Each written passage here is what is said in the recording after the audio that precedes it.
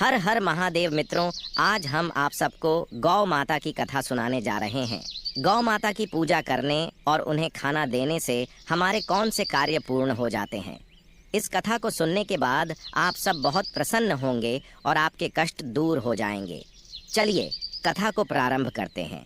एक समय की बात है, कैलाश पर भगवान शिव आराम कर रहे थे और माता पार्वती उनके पैर दबा रही थी।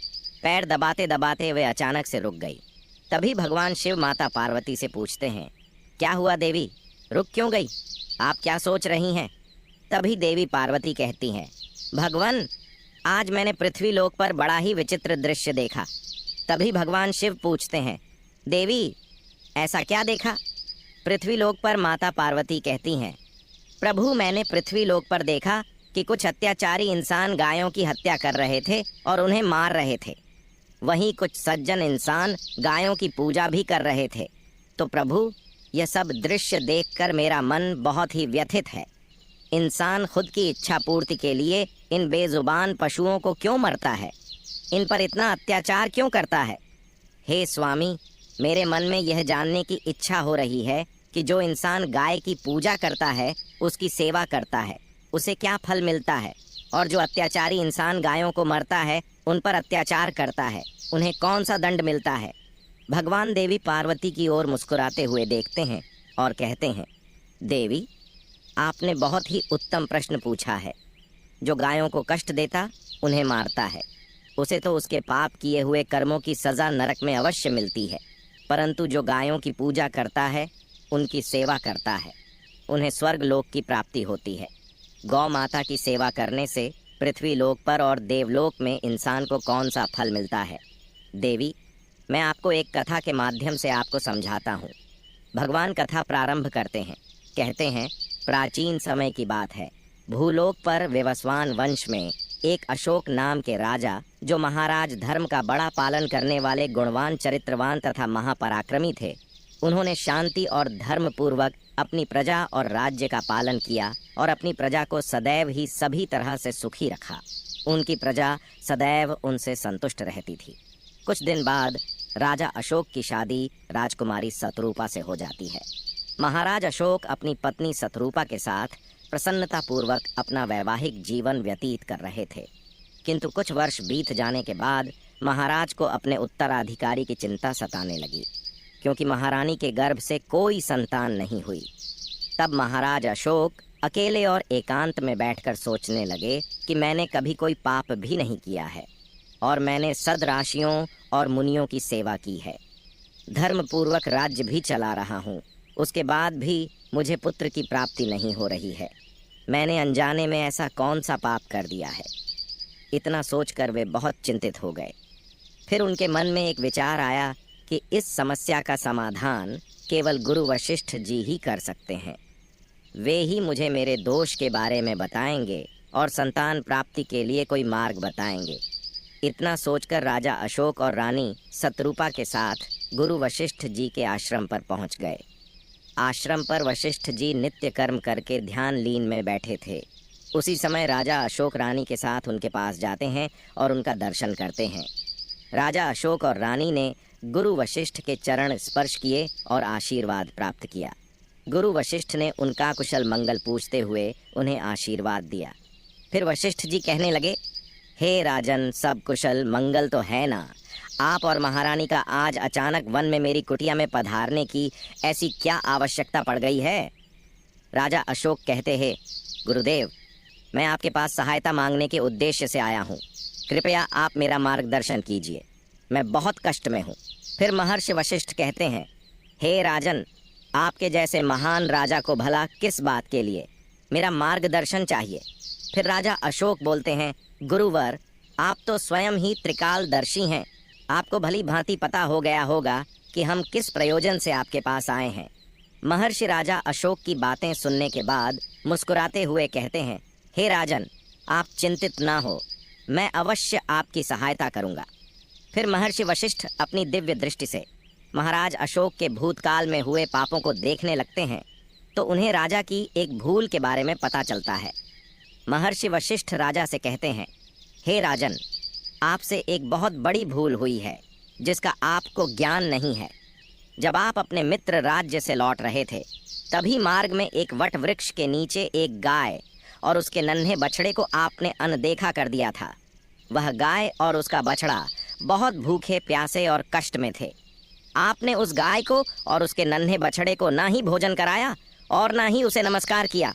उस गाय ने आपसे मदद की गुहार भी लगाई, किंतु आप अपनी प्रसन्नता में खोए हुए थे और आपको उस गाय की पुकार भी सुनाई नहीं दी। आपके इस व्यवहार को देखकर वह गाय अत्यंत दुखी हुई और उसने आपको श्राप दे दिया है। हे राजन, जो इंसान गाय को कष्ट में देखकर उसकी सहायता नहीं करता, भूखी गौ माता को भोजन नहीं कराता, उसे तो महापाप लगता है। और उसी गाय के श्राप के कारण आपको संतान सुख की प्राप्ति नहीं हो पा रही है। गुरु वशिष्ठ ने राजा अशोक को उनके द्वारा किए गए पाप को बता देते हैं, जिसे सुनकर राजा अशोक बहुत दुखी हुए और अपने आप को मन ही मन कोसने लगे और पश्चाताप करते हुए कहने लगे, गुरुवर, इस श्राप से मुक्ति का कोई रास्ता बताइए गुरुदेव। मैं अपनी इस गलती को सुधारना चाहता हूँ। कृपया आप ही मुझे कोई उपाय बताइए जिससे कि मैं इस पाप से मुक्ति पा सकूं। मेरा यह अपराध क्षमा पात्र नहीं है, किंतु फिर भी मैं प्रायश्चित करना चाहता हूँ। फिर महर्षि वशिष्ठ कहने लगते हैं, हे राजन, आप चिंतित ना हो, इस पाप से मुक्ति पाने का कोई ना कोई उपाय अवश्य होगा। और वे थोड़ी देर सोचने के बाद बोलते हैं, राजन, आप मेरे आश्रम की सुरभि नाम की गाय की सेवा करो। वह उसी गाय की पुत्री है जिसकी आपने सहायता नहीं की थी। आप इसे अपने साथ ले जाइए और अपनी पत्नी के साथ मिलकर तक गाय की सेवा करो, उसकी पूजा करो, वह तुम्हें अवश्य पुत्र प्रदान करेगी। तभी अचानक से वह सुरभि गाय बाहर से उस आश्रम में प्रवेश करती है। उस गाय को अपनी ओर आता देखकर महर्षि वशिष्ठ बोले, हे राजन, आप भाग्यशाली हैं। देखिए, केवल स्मरण करने मात्र से ही कल्याण करने वाली यह गाय स्वयं चलकर आई है। यह गाय निश्चित ही आपके दुख दूर करेगी और आपके पापों का निवारण करेगी। आप जंगल में इस नंदिनी गाय के पीछे पीछे चलकर इसकी सेवा करो। जंगल में रहने वाले पशुओं से इसकी रक्षा करो और जंगल से वापस आश्रम में लौट आने पर रानी शतरूपा इस गाय की सेवा करें, पूजा आराधना करें। इससे प्रसन्न होकर यह गाय तुम्हें अवश्य ही पुत्र प्रदान करेगी। राजा अशोक ने गुरु वशिष्ठ की बातें मानी और फिर गाय को चराने के लिए प्रतिदिन जंगल में लेकर जाने लगे। जब वह गाय चलने लगती तो महाराज उसके पीछे पीछे चलते, इधर उधर से हरी हरी घास लाकर उस गाय को खिलाने लगते।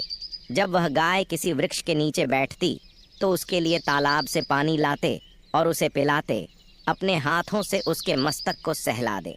इस प्रकार से महाराज उस गाय की सेवा में लगे रहे। जब शाम हुई तो महाराज उस गाय के साथ आश्रम में लौट आए। आश्रम में पहुंचते ही उस गाय ने महाराज को अपनी जीभ से चाटना शुरू कर दिया, जिससे महाराज का शरीर पवित्र हो गया और उसके सभी पाप नष्ट हो गए। उसके बाद महारानी शतरूपा ने आगे आकर सुरभि गाय के आगे हाथ जोड़े और विधि पूर्व कुछ पूजन किया और चरणों में मस्तक झुकाया।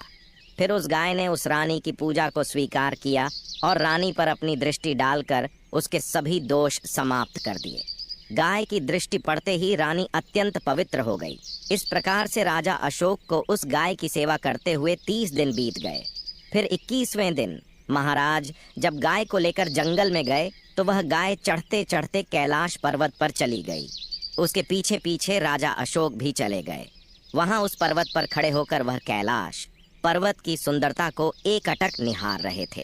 इतने में ही अचानक से एक सिंह ने आकर उस गाय को बलपूर्वक दबोच लिया। राजा को उस सिंह के आने की आहट तक नहीं मालूम हुई। गाय ने जोर से कहा, महाराज, मेरी रक्षा करो। राजा अशोक ने गाय की तरफ देखा। सुरभि गाय की आंखों से आंसुओं की धारा बह रही है, जिसे देखकर महाराज व्यथित हो उठे और उन्होंने तुरंत ही अपना बाण निकाला और धनुष की डोरी पर रखा और उस शेर को मारने के लिए प्रत्यंचा खींची। उसी समय उस शेर ने महाराज की तरफ देखा। उस शेर की दृष्टि पड़ते ही महाराज का शरीर जैसे बर्फ की तरह जम गया हो। उनकी शक्ति क्षीण हो गई, उनका सारा बल शून्य हो गया।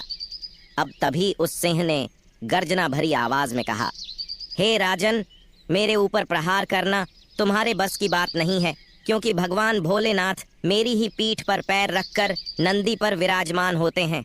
इसीलिए तुम मुझे मारने की चेष्टा मत करो। अगर तुम मुझे मारने की कोशिश करोगे तो निष्फल रहोगे।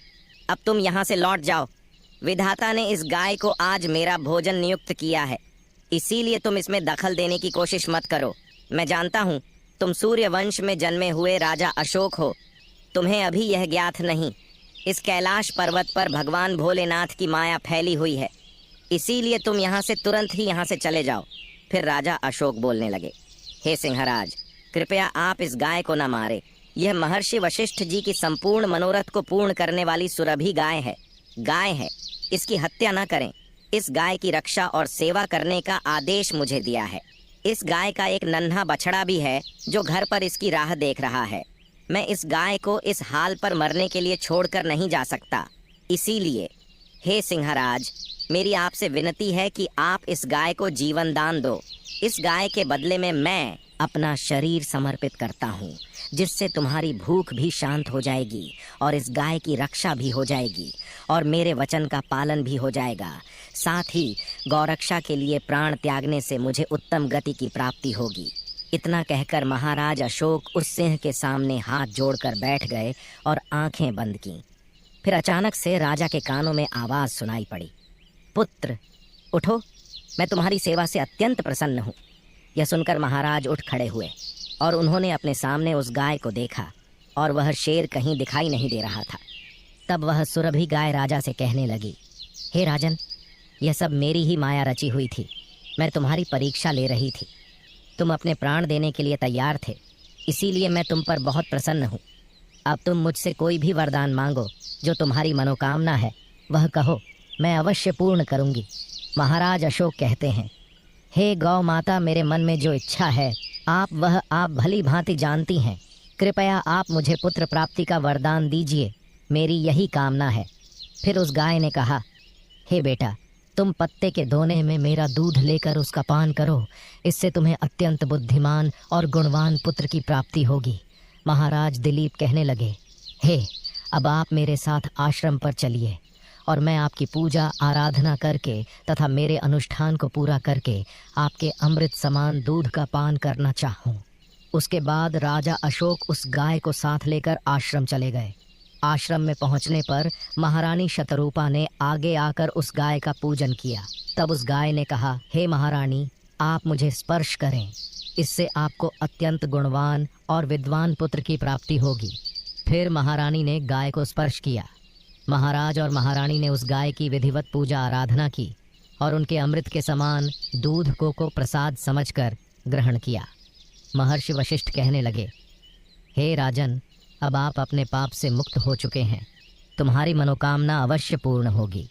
जो भी इंसान गाय की सेवा करता है, उसे भोजन कराता है, उसकी पूजा करता है, उसके सभी काम सफल होते हैं।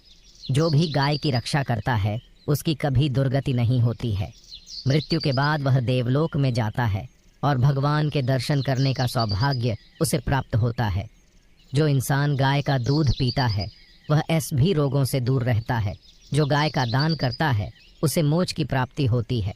जो महिलाएं रोज गाय को रोटी खिलाती हैं, वह सौभाग्यशाली बन जाती है। गाय समस्त पापों का नाश करने वाली और सभी मनोरथ को पूर्ण करने वाली है। अतः सदैव इसकी रक्षा और पूजा करनी चाहिए। इतना करने से ही इंसान के सभी कार्य सफल होते हैं, उसकी दरिद्रता और गरीबी समाप्त हो जाती है। फिर भगवान शिव कहते हैं, हे देवी पार्वती, इस प्रकार से महाराज अशोक द्वारा गाय की सेवा करने से उन्हें 2 पुत्र और 3 कन्याओं की प्राप्ति हुई। मित्रों, आप भी प्रतिदिन गाय की सेवा करें, गाय को रोटी खिलाएं, गाय की इन पापियों से रक्षा करें। आपके भी सभी कार्य सफल होंगे। आपको यह कथा कैसी लगी, कमेंट करके ज़रूर बताएं।